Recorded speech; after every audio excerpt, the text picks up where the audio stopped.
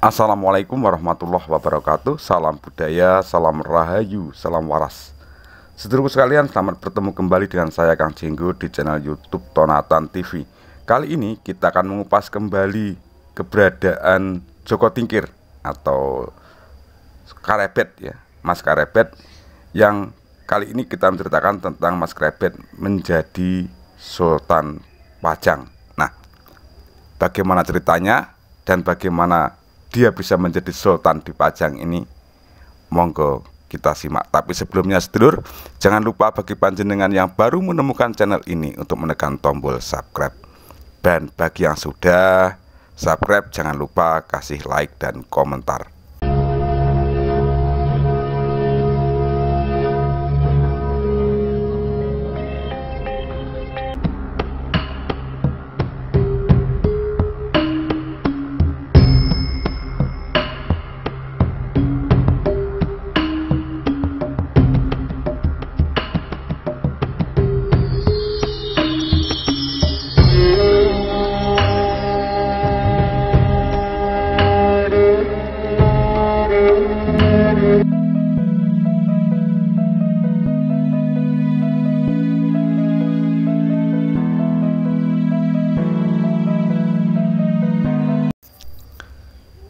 Sepeninggal Sunan Prawoto, Adipati Pajang mendapat restu dari Sunan Giri untuk menjadi sultan di Pajang.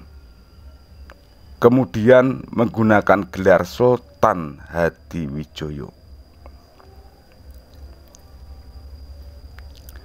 Dalam memerintah Kesultanan Pajang, Sultan Hadiwijoyo didampingi oleh permaisuri Ratu Mas Cempaka yang merupakan putri Sultan Trenggono.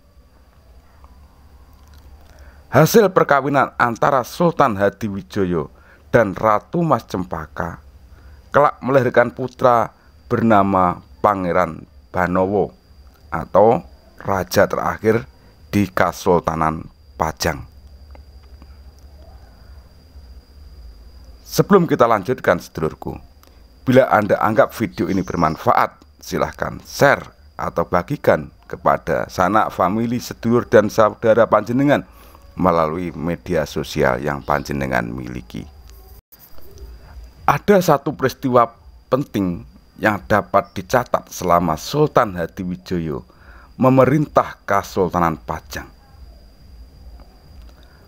Peristiwa menarik tersebut yaitu ketika Sultan Hadiwijoyo membuang Tumenggung Mayang beserta istrinya yang telah mendukung pernikahan Raden Pabelan dengan Putri Kedaton, hingga berakibat perselisihan antara Kesultanan Pajang dengan Mataram. Adapun kisah tersebut dituliskan dalam Babad Tanah Jawa. Menghadaplah seorang emban kaputren kepada Sultan Pajang. Emban itu melaporkan bahwa Raden Pabelan, putra Tumenggung Mayang, telah berani bermain asmara dengan Putri Kedaton. Mendengar laporan dari emban, Sultan Pajang murka. Ia ingin memisahkan keduanya. Namun usaha itu sia-sia karena Putri Kedaton yang tidak ingin dipisahkan dari Pabelan justru bunuh diri.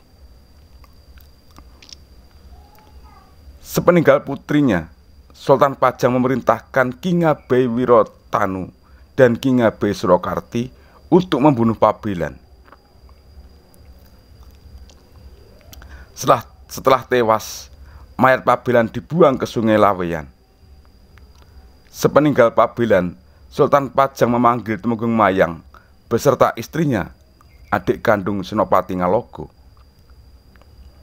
Kedua orang tua yang disalahkan karena turut mendukung hubungan cinta antara Pabelan dengan Putri Kedaton itu akan dibuang ke Semarang.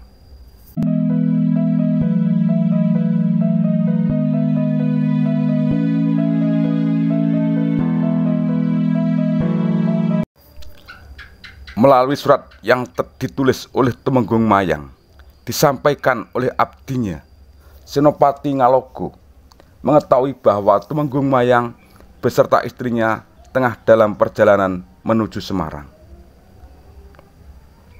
Senopati Ngalogo dengan cepat memerintahkan kepada 40 mantri pajak untuk merebut Tumenggung Mayang dan istrinya dari orang-orang Pajang. Berangkatlah 40 mantri pajak itu dari hadapan Senopati Ngalogo. Setelah melintasi Kedu, mereka menuju Jati Jajar. Setiba di Jati Jajar, mereka bertemu dengan pasukan Pajang. Terjadilah pertempuran sengit antara utusan Mataram dan Pajang. Namun, hanya dalam beberapa gebrakan, utusan Mataram dapat melumpuhkan orang-orang Pajang. Akhirnya utusan Mataram berhasil menyelamatkan Tumenggung Mayang dan istrinya. Beberapa utusannya yang selamat dari pertarungan di Jati Jajar itu melaporkan bahwa Tumenggung Mayang dan istrinya direbut oleh orang-orang Mataram kepada Sultan Pajang. Dari situ, Sultan Pajang yang mengetahui bahwa Senopati Ngalogo benar-benar telah membangkang dari Pajang, segera memerintahkan kepada seluruh senopati dan pasukannya untuk menyerbu Mataram. Pasukan Mataram yang telah menabuh bendi Kiai Bicak segera menyongsong musuh di Randu Lawang. Setelah mengetahui bahwa pasukan Pajang telah berkemah di Prambanan. Mendengar suara bendi Kiai Bicak yang menggaung di langit, Sultan Pajang berkata dalam hati bahwa waktunya telah tiba. Wahyu keprabon yang pernah diramalkan Sunan Giri Prapen akan beralih dari Pajang ke Mataram. Sedulurku, dikisahkan setelah peristiwa pertempuran Mataram Pajang, Sultan Hadiwijoyo yang dalam perjalanan pulang itu jatuh sakit. Tidak lama Sultan Hadiwijoyo meninggal.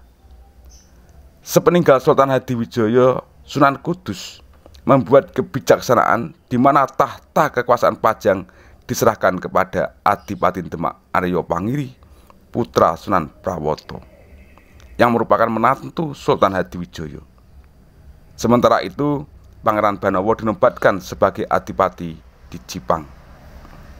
Namun, sedulurku sekalian, terdapat suatu dugaan ini ya, bahwa Sunan Kudus yang diungkapkan dalam Babad Tanah Jawa dimaksudkan sebagai Panembahan Kudus atau Pangeran Kudus. Mengingat pada waktu itu Sunan Kudus telah meninggal pada tahun 1550.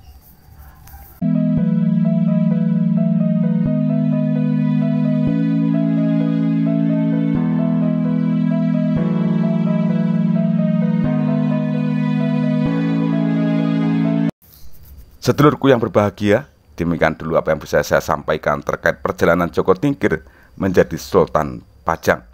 Ada kurang dan lebih saya mohon maaf yang sebesar-besarnya. Trailing ungkapan ono rino ono opo ono awan ono pangan. Salam budaya, salam rahayu, salam waras. Wassalamualaikum warahmatullahi wabarakatuh.